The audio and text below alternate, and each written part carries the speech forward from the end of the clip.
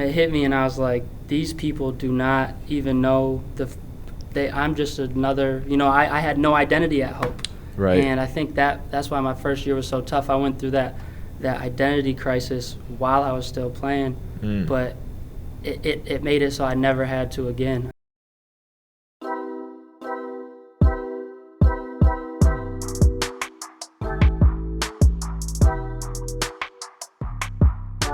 Hello and welcome back to The Next Act. I'm your host, Keaton Hall, and today's podcast is unofficially brought to you by Spicy Ramen.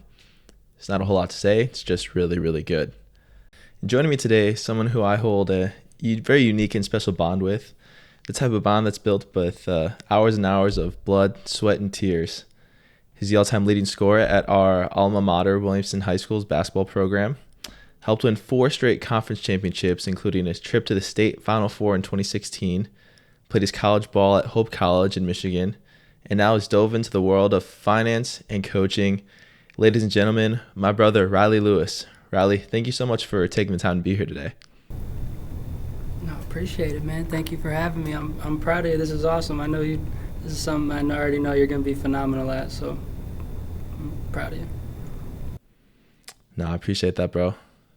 Definitely a long time in the making, and I'm glad that you were able to be one of the first guests, because initially when I was coming up with this concept and just writing down all the people I knew that fit the description of this podcast, you were one of the first people I knew I wanted to have on, so I'm glad it worked out so early. Appreciate that. Absolutely, man. Absolutely. So this is a conversation I'm very excited to get into, so I want to start at the beginning of your first act, and I want to know, are there any little details or things about the game of basketball that made you fall in love with it and want to pursue it at the college level? I think really I was just kind of born into it. I mean, as long as I can remember, my grandpa was a varsity coach. My uncle was a varsity coach. I went to varsity basketball games every Tuesday and Friday since I could walk. And I think a lot of it was I looked up to those guys, when you're a kid, and they seem like they're all-stars, superstars. And I think that I don't even know I loved playing, but I think I knew that helped me see where I wanted to be, and I always had a goal, is I want to be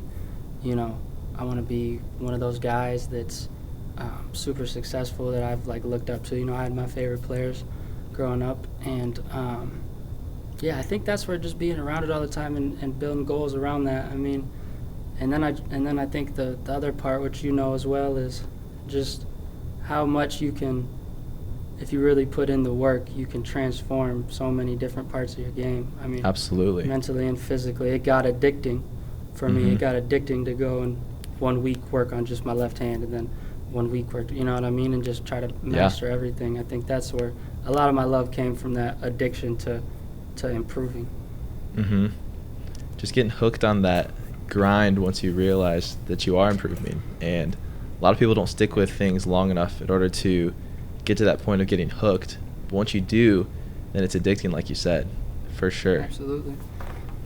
Absolutely. So growing up, how much of your identity did you feel like was tied to basketball? Because like you said, you were kind of born into it almost, and you were around it all the time, and it's hard not to associate that big of a piece of your identity and your life together. So how big of a piece of your identity was it for you? Oh yeah, it was definitely the biggest part of my identity. I mean, everyone just knew me as a little kid running around everywhere shooting 3-pointers since I was this tall, and I think I grew up with that perception of myself as well. So when I did finally become what I had always dreamed of, for lack of a better term, I was completely tied up in that identity. You know what I mean? Everywhere you went, yeah, definitely. Especially in the Williamston days, everywhere I went, that's all anyone talked to me about.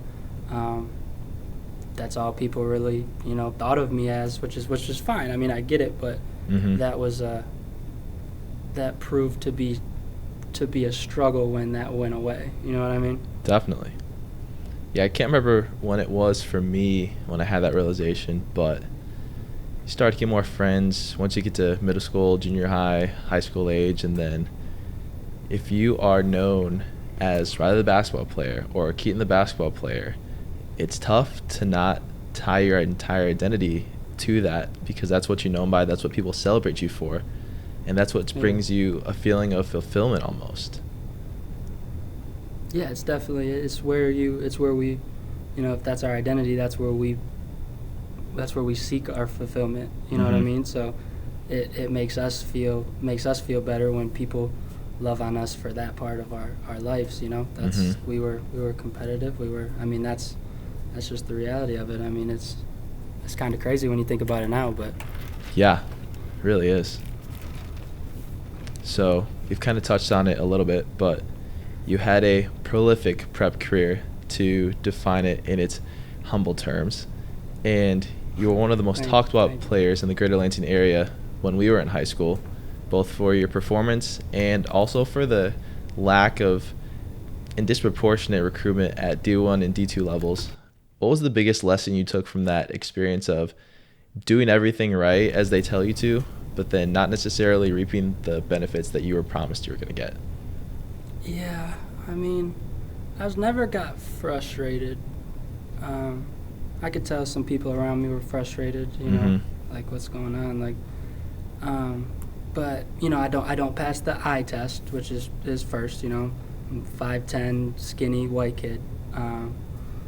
Can't jump out of the gym. I didn't pass any of those eye tests, or a lot of college recruiting is based off potential, and right.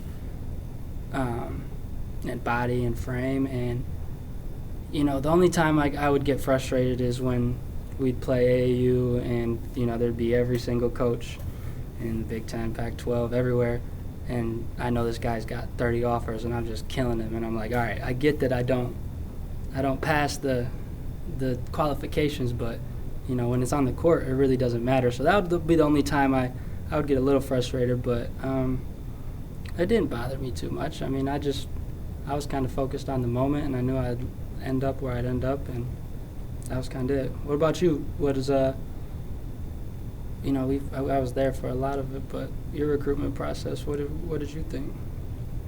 Yeah, definitely, like you said, it was frustrating to know that, and mine, obviously, it wasn't as big of a skill as yours was, but knowing that we're coaches at the game, watching a specific player that you were playing against or that was on your team, and when you have a better game than them, they still go up to them to talk to them, and you don't get a whole lot of recognition for what you did. And it's tough not to let that get to you, but I think being able to, like you said, not get frustrated and be in the moment and only control what you can control is a skill that will serve you way after basketball. And I feel like it has served you, and it's something that I have come to realize for sure.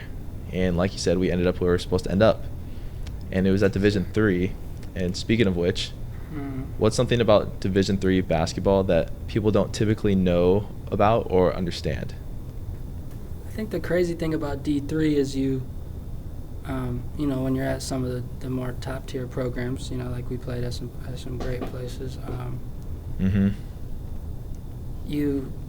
it kind of stinks that you get, what people don't understand is you work the same way as the Division I's and the Division II's. You wake up, yes, film, workouts, film, school, blah blah, all day, but without the perks, because you're not getting your school paid for. You're not, there's a lot of perks that those guys at the bigger schools would get that we didn't, and I think it's just how hard you really have to work and how competitive Division III is. I've always said this. Division III is where the undersized but overly skilled guys go. You play a big guy that's 6'6". He plays in the post. He wasn't going to get looks as at a place where you got to be 6'10", but he's more skilled than any guy in Division I. He's still going to kill you. Yeah. I think that people give it a weird connotation, but I think that it's actually a lot. You got to give a lot of credit to anybody that does it, because at that point you're doing it for the love of the game, and that's something that's not easy with the workload that goes into it. You know what I mean? Definitely, 100% can relate to that. I mean, one thing I wish would have happened while we were in college was I wish we'd have gotten to play each other, because I know. you were in the MIAA and I was in the Mm-hmm. HCAC down in Indiana. And our conferences had some crossover games every year, I know. but then we unfortunately never got to schedule each other. But I agree 100% with that, because there's, like you said, the overly skilled but underly sized. Yeah. The kids that killed in high school Mm-hmm. and just didn't get those opportunities because of their potential, or they didn't get the right size, or they didn't have the intangibles that the D1s and D2s wanted. Mm-hmm. They're still hoopers, and Yeah. there's a lot of them at that level. I can't remember what year it was, but there was a kid who went to Wheaton, and he dropped 62 in the Elite Eight and Mhm. got them to the Final Four. And it wasn't talked about at all unless you knew No. what D3 basketball was. Yeah. And I mean, that was crazy to me. I know, and it was, I hope it was kind of cool. Just the environment we played in front of every night was Mhm. special. You know what I mean? That Yeah. was one of the main reasons I went, is because I just did not want to play in empty gyms. I feed Mhm. off. I love atmosphere, and that was a big part of my decision, and I think that that was a perk. But besides that, when you go home and from the game and you still have 3 hours of homework of school that's not getting paid for, Yeah. you know what I mean? It's Yep. it's different. It's different. Like it's a lot different. To even see my sister now, Mm-hmm. firsthand how things are for her. It's a lot different, but a lot similar, kind of Yeah. like what we were talking about. I mean, they don't do anything different than we did, Mm-hmm. but there are definitely some perks to being a Division I athlete, for sure. Yeah, no doubt. And like you said, being able to feed off the crowd with energy like you were able to. Like, that was one of my favorite parts of being a basketball player and being an athlete, was being able to play in front of a crowd of people and Mhm. knowing that you're about to show what you've been putting all those hours and hours into. Mm-hmm. And when you make a play, everybody goes crazy. That type of energy and feeling is just unmatched in that setting. I mean, that's why you do it. Coach Bauer always said that you earn those big games. My dad always says Mhm. pressure is a privilege. That's one of my favorite quotes. You're lucky if you have high stakes and you get to go out there in front of a lot of people. Like, you got to flip that mindset. Some people get scared, shy away, but you got to take it. It's like it's time to go out and eat. You're lucky you get to go Mhm. out and eat. Exactly. That's one of the best parts about playing in bigger time games. Absolutely. I love that.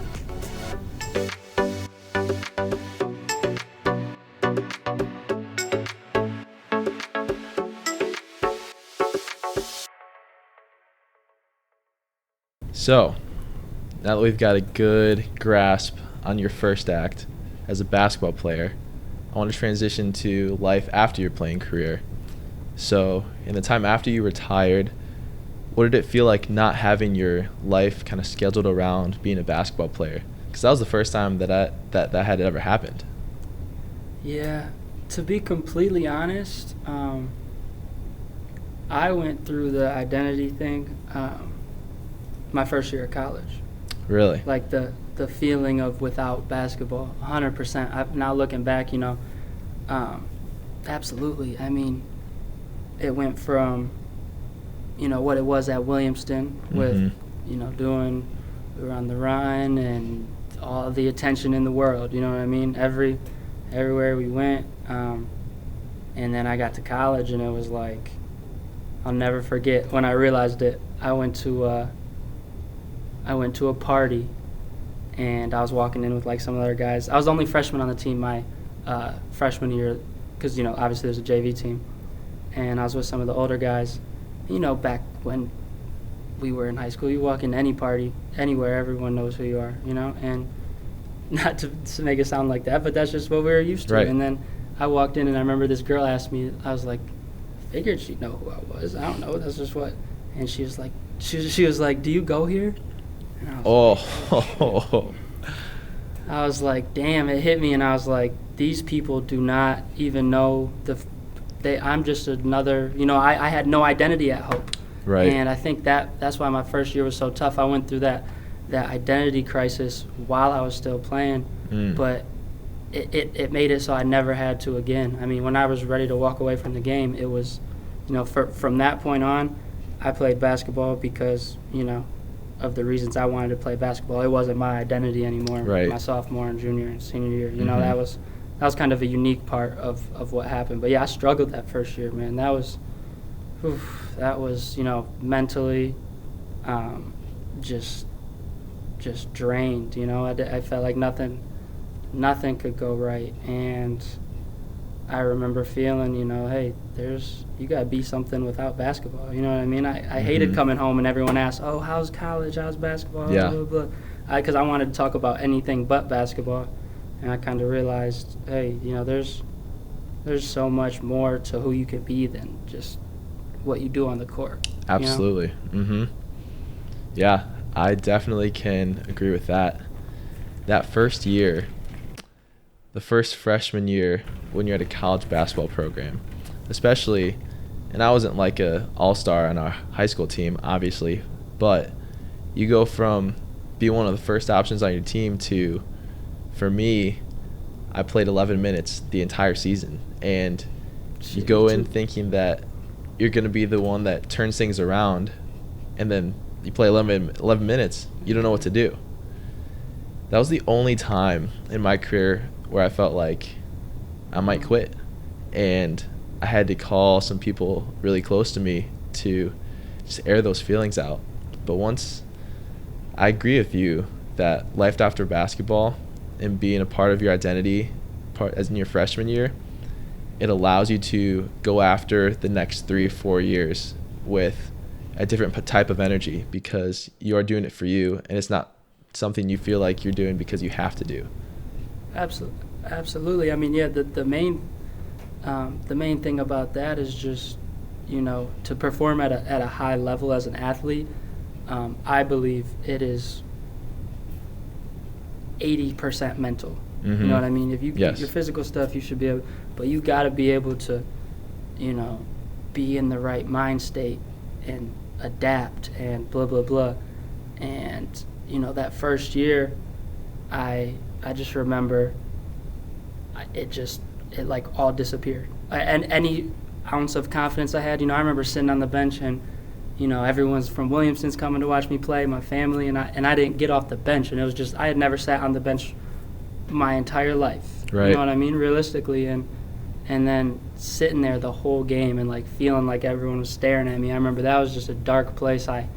It also frustrated me that I didn't have a chance. You know what I mean? That was kind of the main. Yeah. That was the main. If I was out there messing up, hey, blah blah, cool, I could live with that. But it felt, that was hard to wrap my mind around at 18 years old. You know what I mean? Definitely know what you mean there. So, kind of after you made that realization and adjustment of basketball not being your entire identity, what was the biggest thing that you tried to do to replace that basketball and athlete part of your identity in life? Like after college or once that freshman year? It could be after college. Yeah, I would say after college, because then you were done playing basketball. So instead of going to practice or film or workouts for 4 to 6 hours a day, you just have that free time back. So what were one of the things that you did to try and replace that?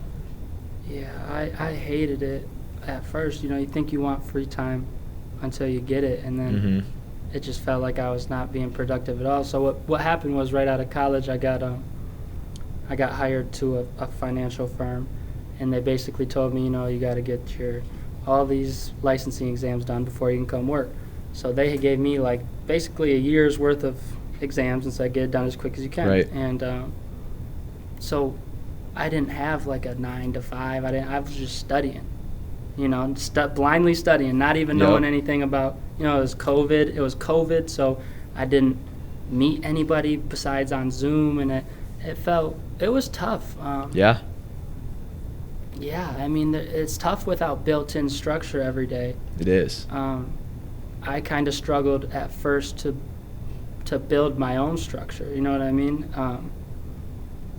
It takes a lot of self-discipline that I'm still working on. I mean, just in certain ways where, you know, we all get the same 24 hours and you decide how you spend it. Yep. Kind of the way I go into it. Without a doubt. That lack of structure for me was one of the biggest things. Because like you, both graduated spring of 2020, then COVID hits, and right before we start work, we have to knock out a bunch of professional exams. And so for me, CPA, for you, it was all these other, exactly. And getting up and you're still working so hard. It's just a different type of work.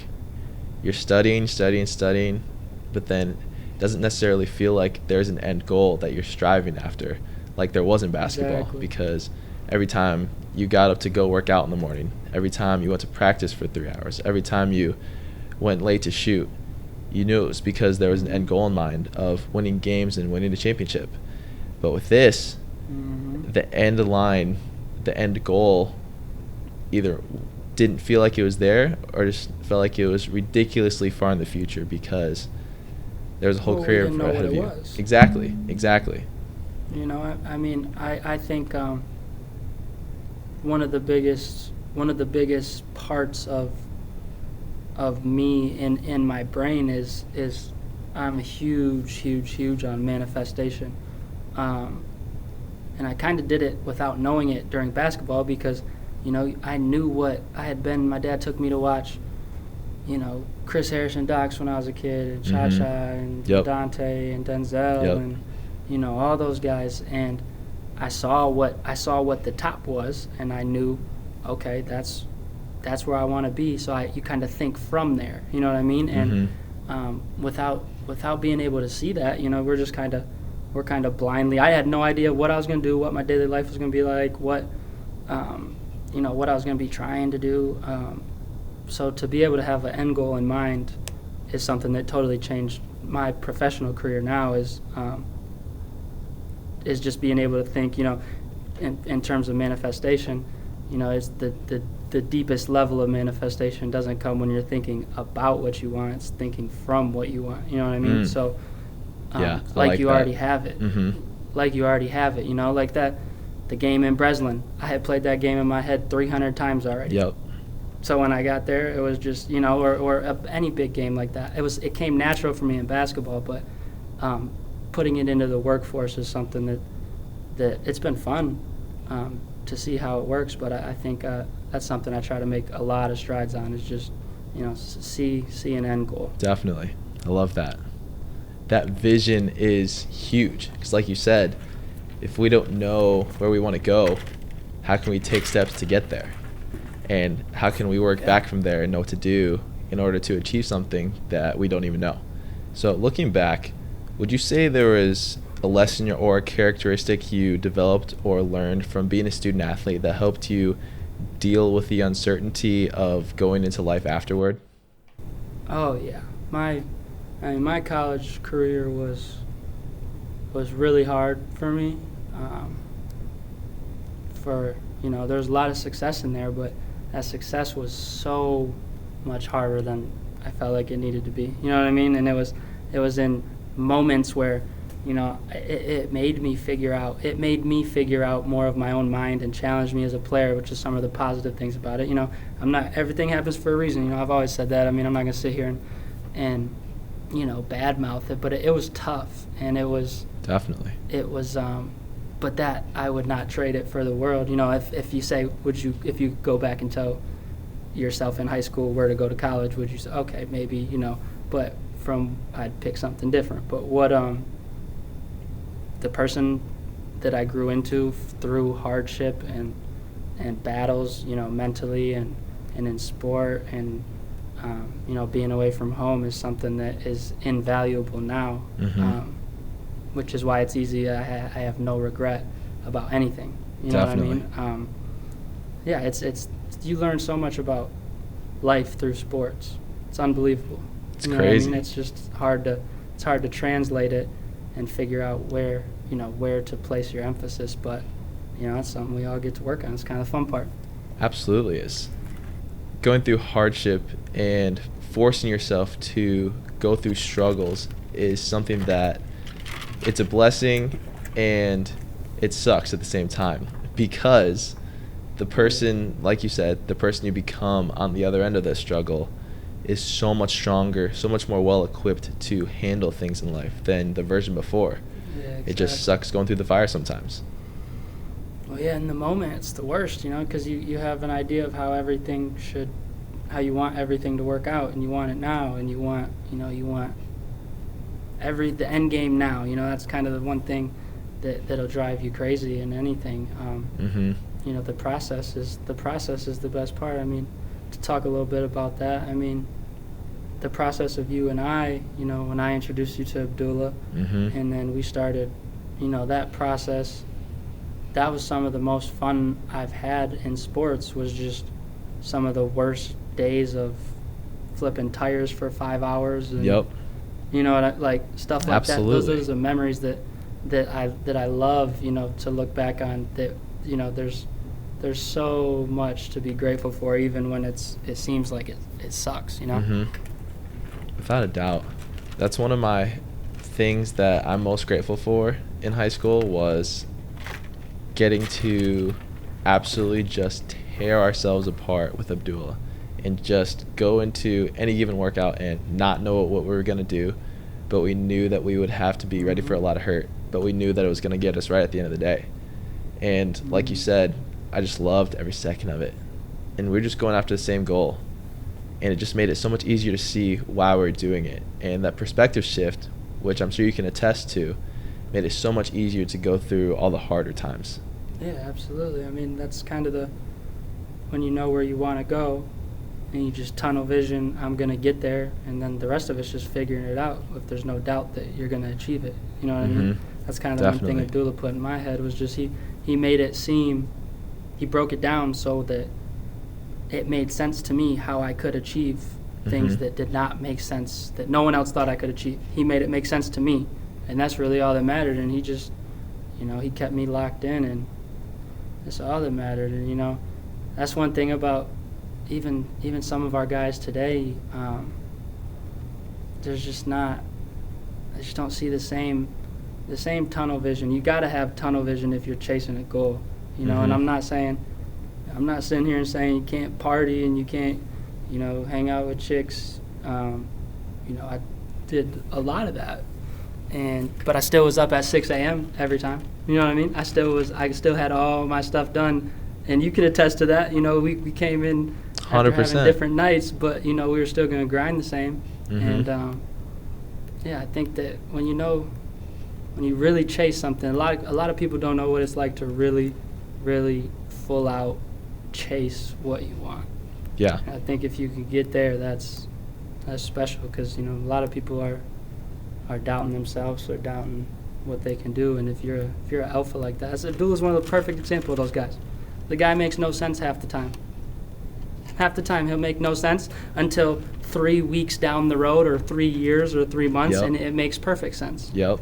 That guy changed my life the way I think. A lot of my training with kids is the mental aspect, and he changed the way I totally think, and I'm forever grateful of that.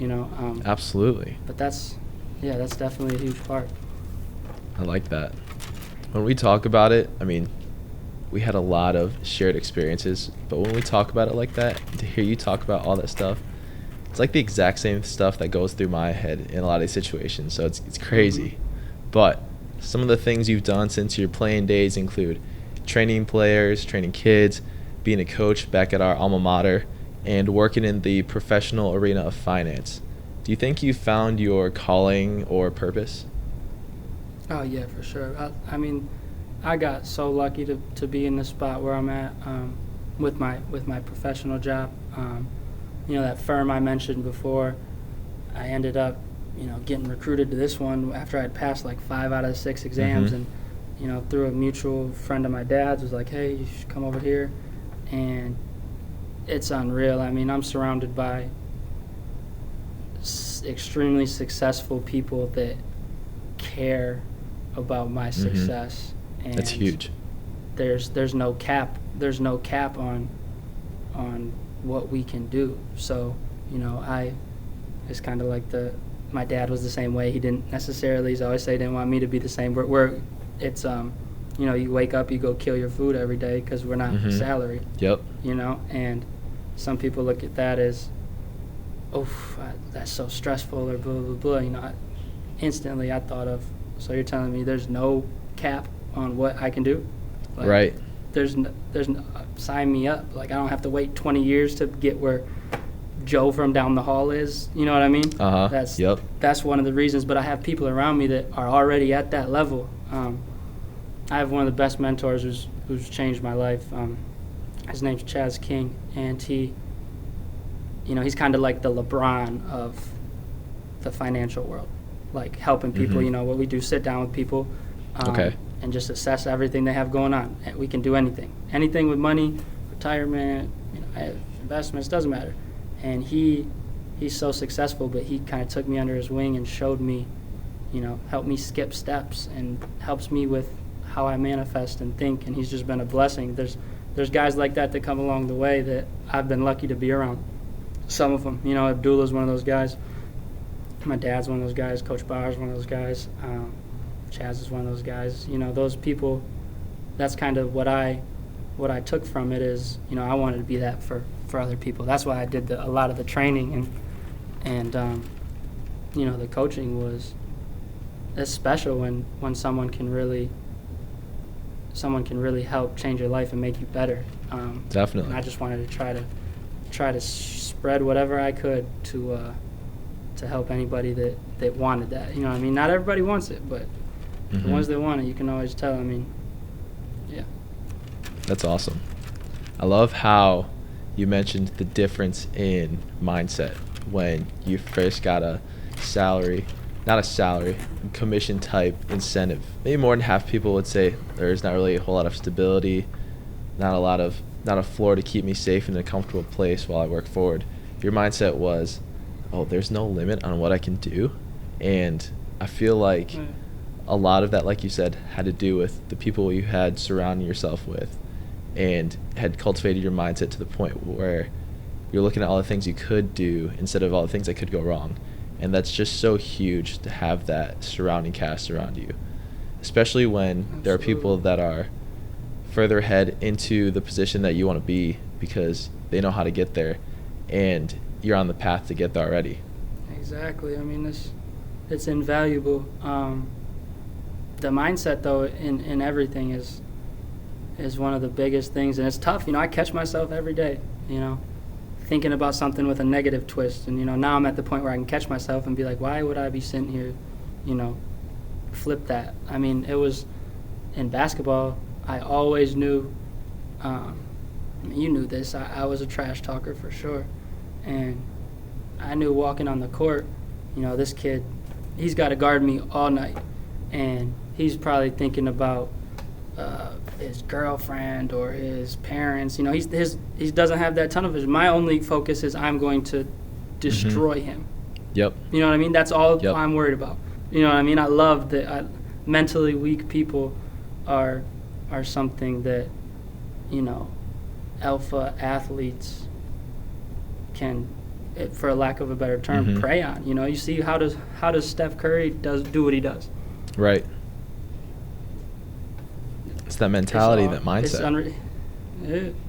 Exactly. And yeah, you were different because you just, I mean, I never played with anyone who worked as hard as you. I appreciate that, bro. And that made me so much better, you know what I mean? We worked together hard off the court always, but, you know, in practice, I wanted to take a break, you know, for a rep or two, but I know you're going full tilt, and you made it so you didn't let me. You know, you raised my activity all the time, which is something I'm extremely grateful for. I think, yeah, it's just special to have people that raise your tides around you. Yeah, no doubt, bro. I appreciate you for saying that, but one of the reasons why I had to go hard every time I'd be playing practice was because I was guarding you. And I knew that if I wanted any chance of getting more playing time, it was I have to guard Riley, and I have to not look like an idiot, not get exposed. So I had to be bringing it every single play. But like you said, there were so many times where we would go. You sent me a text, "Hey, you want to go to the gym?" I said, 11:30. I said, "Yeah, I want to go to the gym." I'll get out of the bed and go to the gym.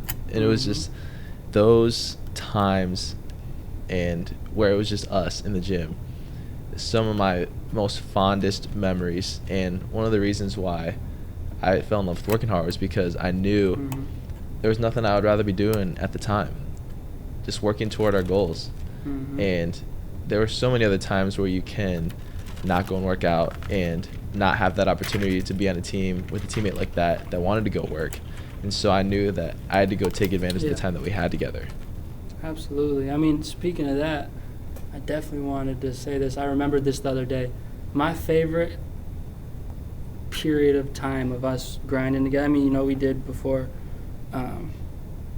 your senior year, crazy. But, yeah, my junior year, senior year in high school. And then, you know, in the summers. But that first summer, I came back from my first year at college. I remember those were my favorite times because we were in the gym, you know, kind of like we had spoke on earlier about not knowing where you're going. We were both.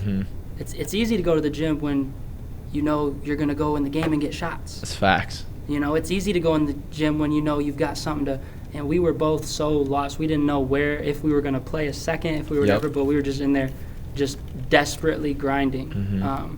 And that was one of my favorite summers just because we both, you know, we were both kind of at that same spot where it was like, we don't know what's going to happen, but we just did everything we could to make each other better.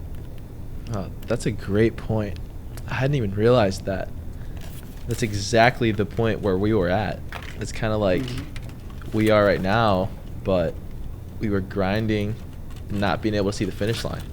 We were grinding without any sort of indication that we were even going to pay off, or it was going to pay off a little bit. But I think having someone like you helped me realize, okay, well, I can't give up on this because Riley's not going to give up on this. And it made me think of all the things that we could go and do if we just stayed with it. And I'm very glad that we had each other to rely on and depend on when we needed it the most at those times. Yeah, absolutely. I mean, outside of, you know, there's people I still talk to from Williamston and, you know, the team and guys I played with, but, you know, we were, I don't know if I talked to any of them more than I talked to you, you know what I mean? Still, you know, checking on each other now, and even then it was, you were one of my most special friends because we did nothing but strictly grind together. You know what I mean? If I was hanging out with Keaton, we were working out either the morning, afternoon, at night, you know, and then, you know, there's other friends where you party with them or you go whatever. But you were that friend for me that was like, I loved being around you, and it was so good for what the goals I had because, you know, making that enjoyable, that's the thing that you got to find a way to make grinding enjoyable, you know? And we did that. Definitely. Yeah. I love that, bro. Love that a lot. We could talk about that for hours, all the stories we have. Absolutely.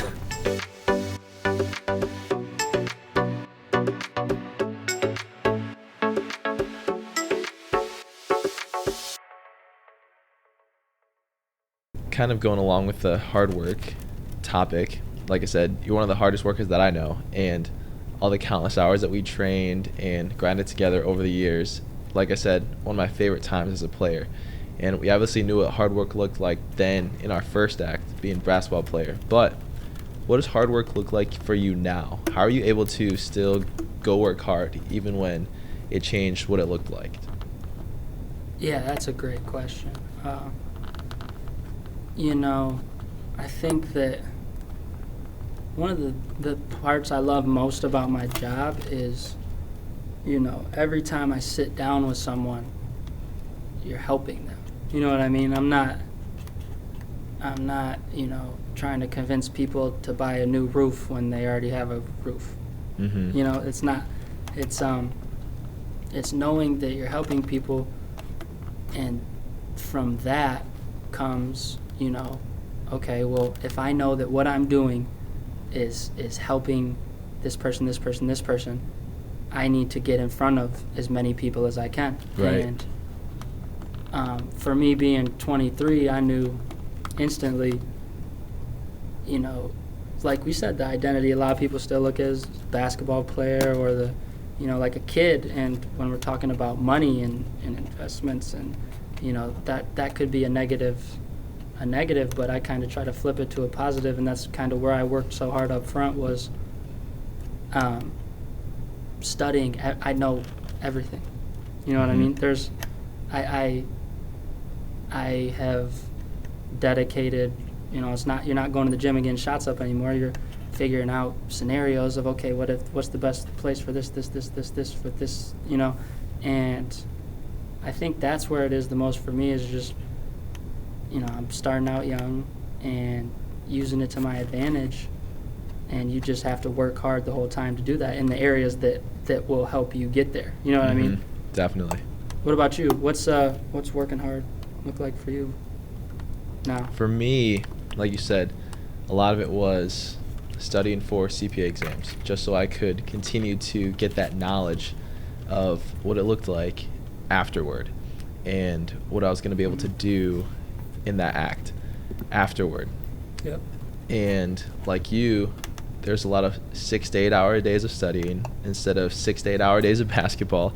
The hard work stayed there. It just shifted what it looked like in the face. So now it's continuing to build on that knowledge base and getting more into the relational and building relationships with people I'm on a team with, being able to organize a whole engagement and make sure things get done on time. And with this, being able to go after work, and I mean, this is something that I love doing. So it's an aspect of you finding what you need to work hard on to further your career and your next act, but also something that you can work hard at that you love and have a passion Absolutely. for. So that for me is kind of what it looks like. Absolutely. And I think some of that is to be different or unique or special. You kind of have to think outside of the normal realm and the normal box of what it's supposed to look like. You know what I mean? Yes. You just because the last guy before did it this way, or blah blah blah. It's yourself, and what if you have that goal and that tunnel vision, you're gonna figure out how to get there. You know what I mean? And Definitely. It takes a lot of self-reflection and a lot of awareness of your situation and where you are and where you want to be and how to get there. But I think that's just the biggest part where I'm at right now is trying to enjoy everything that's going on, but still having the right amount of, all right, I want to get here and then here, but still enjoying the process. I didn't do that as well in basketball. I think I wasn't going to stop until I achieved what I wanted to achieve, and I kind of just was on one motor, just like, all right, I'm not going to be happy until I do this. And there's tunnel vision, but it wasn't the best way to go about it mentally. You know what I mean? Yeah, I feel you. I hear you on that for sure. So now that we kind of talked about what hard work looks like in your next act, in our next act, I think it's safe to say that everyone wants to be successful in their life to varying degrees, and it's a great ambition to have. Sometimes it is hard to define what success looks like at different stages of our lives, however. So how did your definition of success change after your career as a player? That's another good question. I mean, obviously, yeah, success is how you look at it. Each individual, you could have someone that's doing the exact same thing as someone else, and one person's extremely happy and grateful, and another person is pissed off. You know what I mean? Mm-hmm. But success for me is I think it's just always for me now with where I'm at and where I want to go, I think the success for me is going to be being as mentally healthy and present and grateful as I can be while still getting better every day and progressing. If that makes sense. I love that. Absolutely love that. Yeah, I think that, you could put a number on success. I want to make this much or I want to do this much. I just think that, I always put a number out there that's a lot of people think can't be reached, and then figure out a way to reach it. But yeah, definitely just, being an adult without all that structured time we were talking about earlier, and people telling you where you have to go and, what you have to do besides work kind of, but, it's a lot about being happy and present and in a good state of mind to be able to accomplish what you want to accomplish. I mean, I see a lot of people that are, miserable. And, not to say miserable, but you know what I'm saying. Like, you could tell that they're not happy. Right. And that could be someone that you could deem successful, or, someone that's not. Doesn't matter. But I think no matter what is just being present and continuing to grow. And, I just think at the end of the day, being able to go to sleep happy and wake up happy is, you're already way ahead of the game. That is a great definition of success. And like you said, there's so many different things that it could be, depending on who you are and how you look at it. But that is one of the best definitions that I've heard, without a doubt. Thank you. Appreciate it. And I'm not sitting here saying I don't have numbers in my head and what I want to do. You know me. That's a big part of my drive. No doubt. But I want that to be not as in the forefront of my mind. I know that if I'm feeling the way I should mentally and pouring into others and myself, that will be attained. You know what I mean? You're looking at it from a perspective of, you want that to be what follows your success, not the only thing that makes your success. Exactly. Yes, that's a great way to look at it.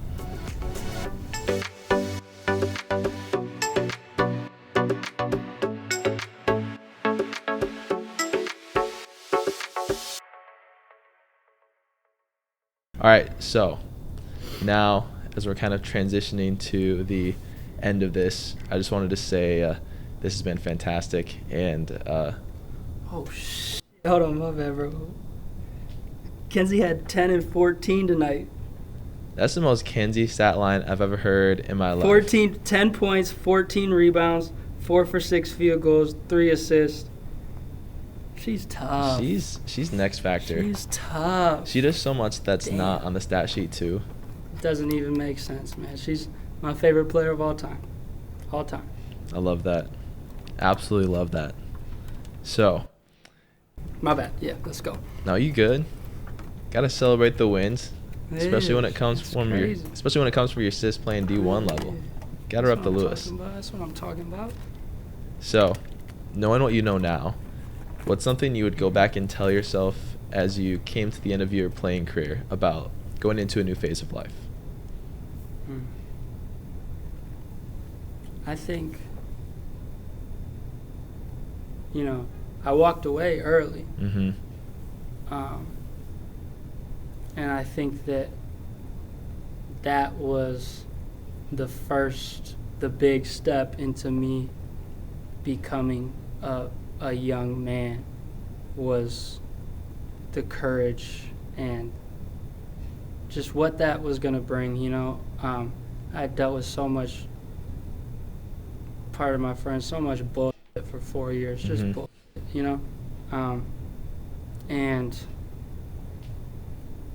I think that kind of set the tone. It was, like I said, that identity part was, I had that identity crisis at 18, and it kind of helped me definitely with that decision. But when I walked away from the game, at winter break of my senior year, I think that's when I knew I was ready to go into the next act. Because I knew that my identity was not in this sport anymore, and that I did not need to keep doing what I was doing and compromising myself as a man and as a human being. And I think that, obviously I knew the consequences were coming. I remember waking up the next morning and waking up in my dorm and seeing text on my phone, and it was, huge article in the Grand Rapids and Highland paper, Riley Lewis leaves Hope, and it was all just, they didn't ask me for one quote, it was all speculation. Slanted.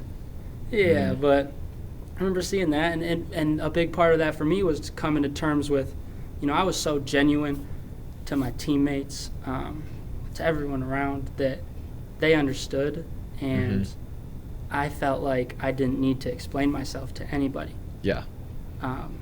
And that was a big part of going into the next act. Like, hey, you've been through a lot, and you could finally, stand up, and this next act is going to be just way better than the one you just had. And that was kind of, I don't know if that was really the question, but that was kind of what propelled me to, that was a tough decision, but, sometimes the decisions you have to make that are right for you are tough.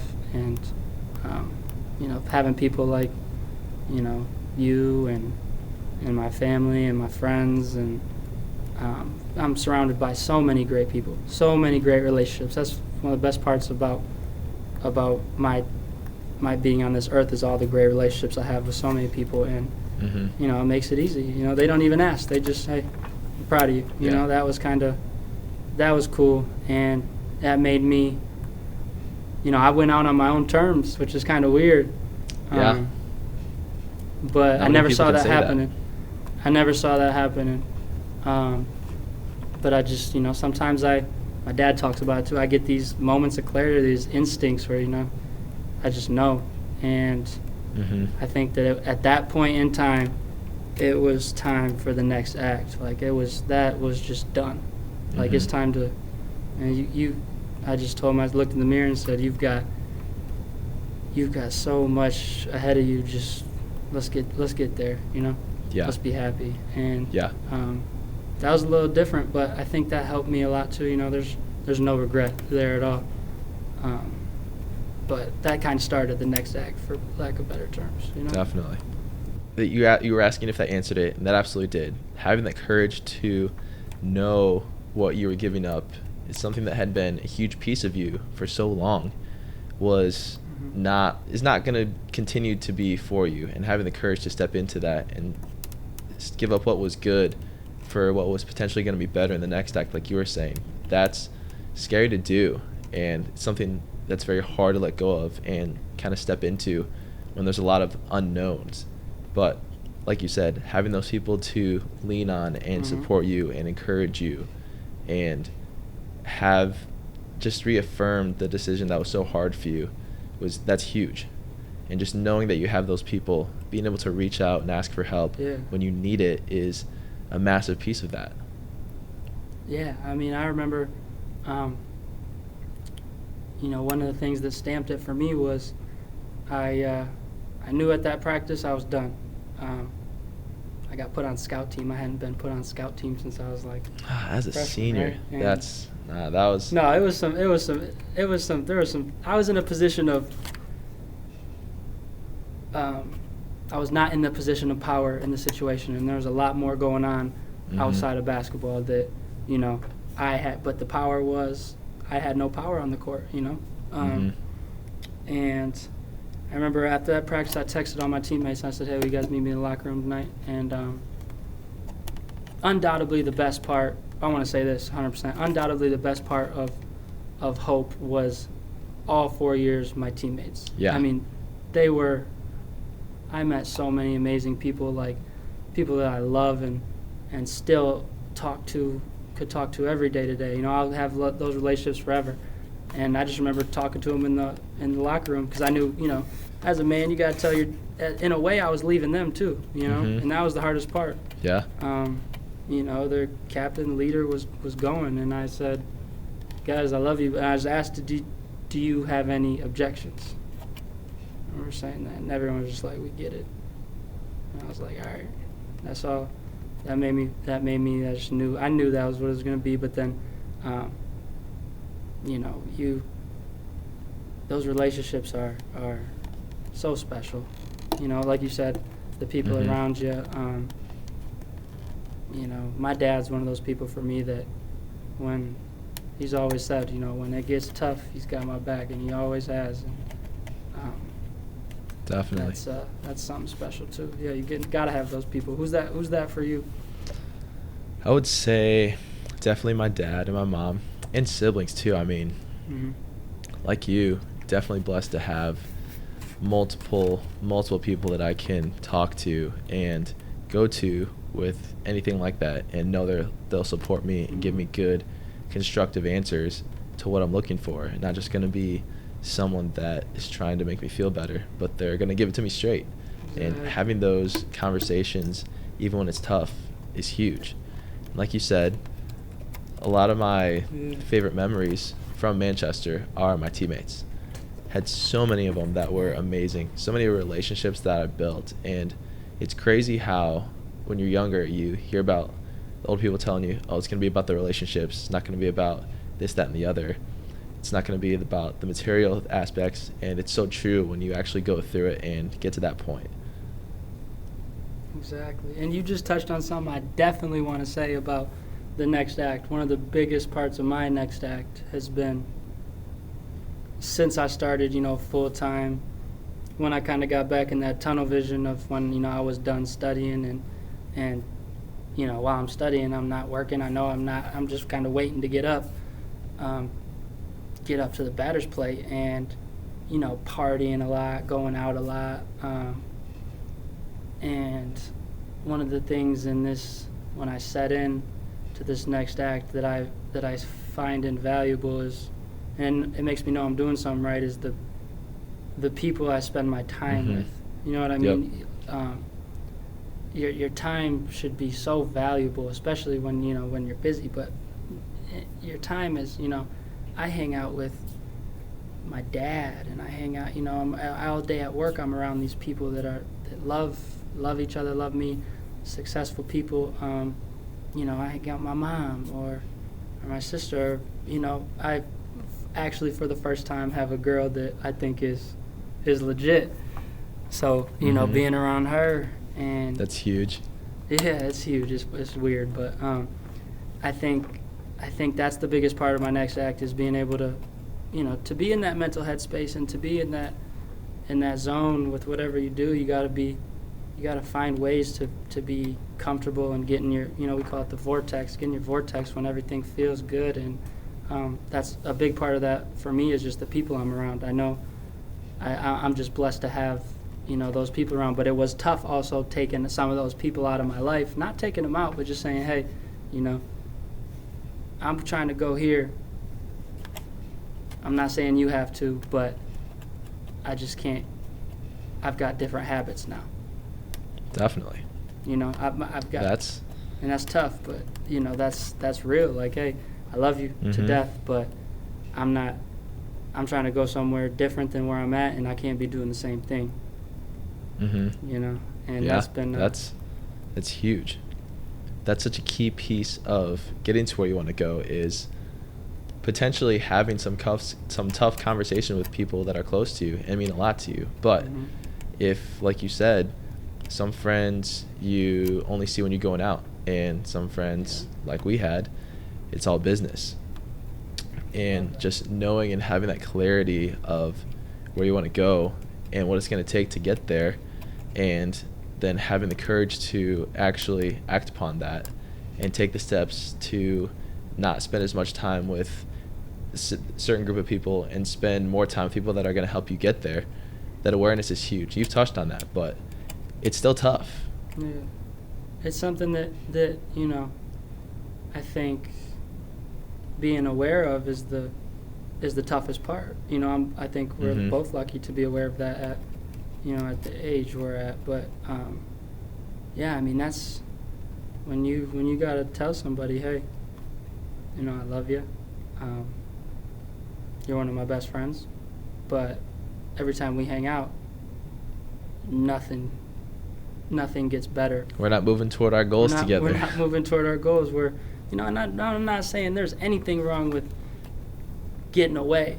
That's what you need to get away. You need to go enjoy. Definitely.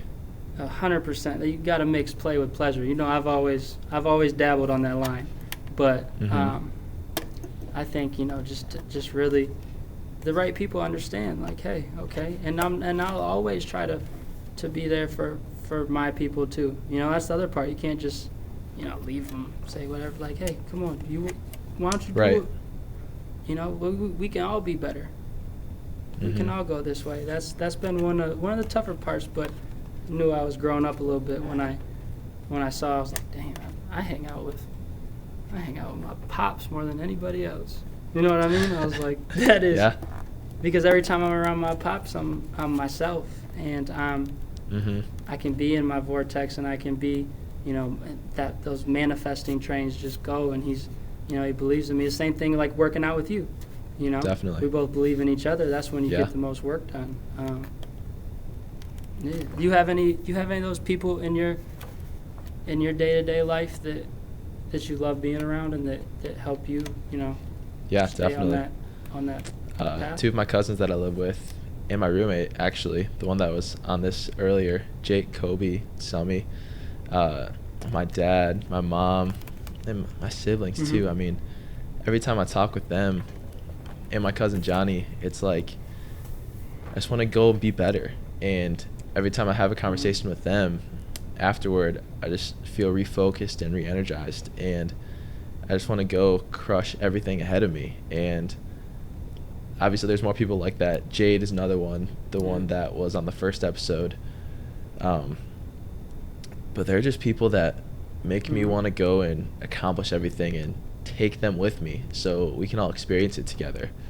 One of the biggest parts of surrounding yourself with people is you got to have a healthy mix of, I have a lot of kids I train that have invested a lot of time and trust into me, and I've invested a lot of time and trust into them, and I love them and want the best for them, and they look up to me. But at the same time, you got to have enough people around you that you look up to. You know what I mean? You can't just sit there and think you're the top dog all day. You got to surround yourself with people who are in spots that you aspire to get to, or that you think, like I'm telling you, the dude from my work, Chaz, is really my prime example. Just the way he is, he's a guru with manifestation and being present and energy and thoughts, and he's expanded my brain so much that I would never have been able to think about things the way I do if I wasn't around that guy. You know what I mean? It's just crazy to think about. Right. Like you were one of those people for me too. I always knew you were, I worked so hard. You think I was working so hard, and half the time it was just because you were working so hard. I'm looking over at you, and I'm like, he's still going all right. I could always hang. I'm like, he's still going. You're probably looking at me thinking the same thing. That's how we. I was thinking the exact same thing. I'm like, man, those were some of the best times. Those are some of the best people that you can both benefit from a relationship with. Without a doubt, bro. I love that so much. So, as we transition to the last 2 questions, I want to acknowledge you for just the relationship that we had. And not a lot of people know this, but when I transferred to Williamston my junior year, and it was about 30 minutes away from my home, so our practice would be about 5:30 or 7:30 sometimes, so at least a little bit of a gap between the end of the school day and practice when we had to be there. And we had other teams in the gym, so I couldn't just go in there automatically. So you guys opened up your home to me to be able to have your home open to me, just be able to stay after school when we just barely knew each other. And that had such a big impact on me, and I just want to thank you guys for that. And that started one of my favorite friendships and relationships with you guys as a family that I've had and been able to maintain since that. So I want to acknowledge you for that, and also just being one of the people that pushed me to be a better player. Whether it was working out together, even when we weren't together, I knew that you were going to be going to accomplish things that you were wanting to, so I had to keep up. And just all the late workouts that we got in and always making time to make sure we got to see each other. I just want to recognize you for that, but also for the amazing basketball career you had too. And I know it's in the past and we don't want to dwell on the past, but just wanted to recognize you because it was something that was special, without a doubt. And all the impact you've had on Williamston as a community and what you continue to have on them, on the program as a coach. Just wanted to acknowledge you for that. No, man, I really appreciate that. Keith's coming from you, that means the world to me. But yeah, just to go back to the start, you coming over, it was just like, all right, this is what we're gonna do, and then we just kind of start gravitating toward each other. But we were competing. That was the best part. Like, the best part about you, for me, in terms of my basketball development, was that, for lack of better way to put it, I was just usually quicker than everybody, so I didn't have to worry about anyone, really guard me in practice or in, I knew what to do. But you were stronger than me, and still had some quickness. You were stronger than me, and that you taught me. I had to learn every day. You and Chaz Moore, you guys would give me that bump, and I learned. I trained like you guys don't even know.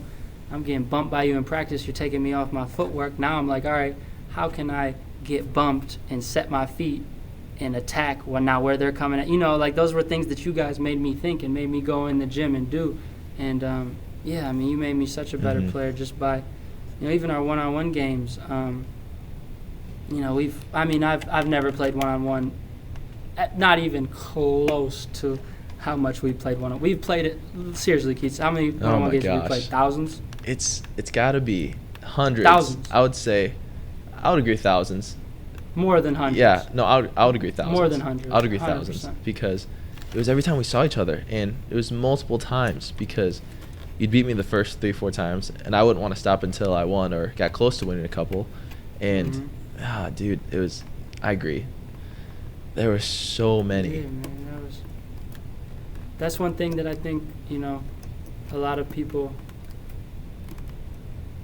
don't understand is competition it doesn't have to be how am I trying to put this? Competition doesn't have to be like one person's happy and one person's sad at the end. Like you should, when you came back from your injury, remember, and you were a step and a half slower, and I was not gonna let you get a shot off for like a month straight. Nope, and you didn't. For like a month straight, but I knew that, guess what? That was gonna make you want to get that step back that much quicker.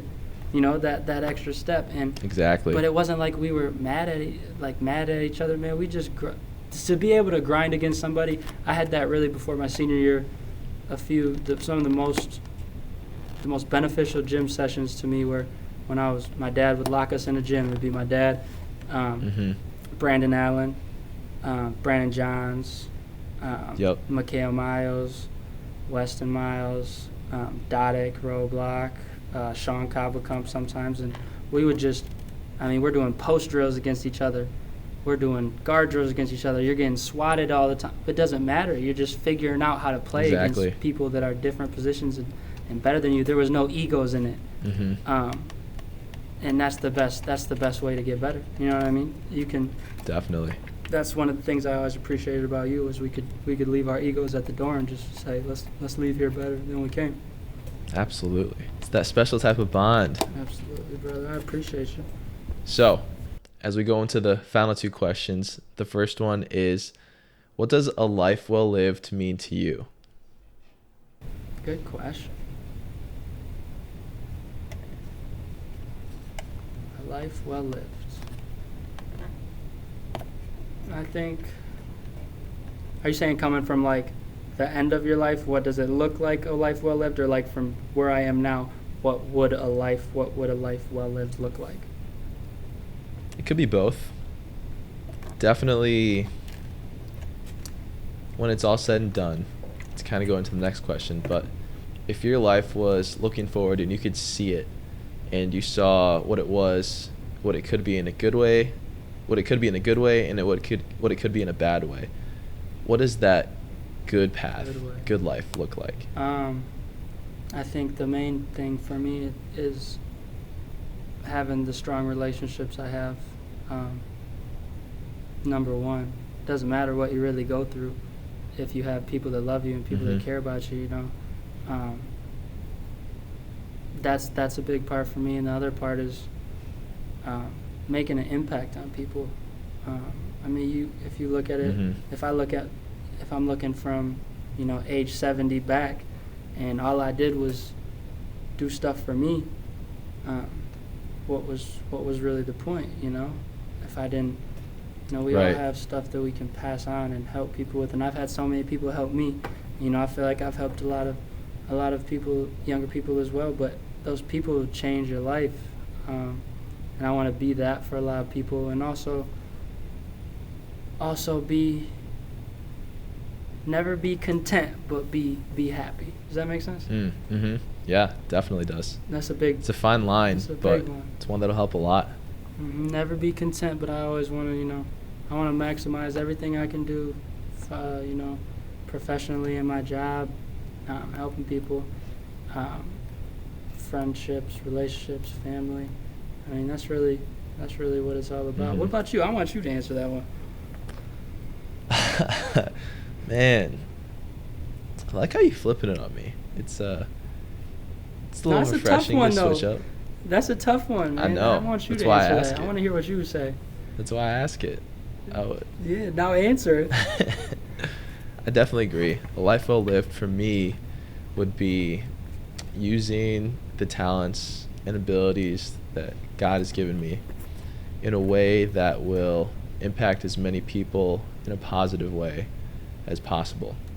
And that can be the people that I care about, that are close to me, but I also want to have a reach to people that I will never meet, because that's just something that I was 10 or 12, around that age, and I just had a thought that I wanted to be remembered for something, and something that's gonna go into my legacy, that's gonna outlast me, so that that impact goes beyond whatever I could do personally. And now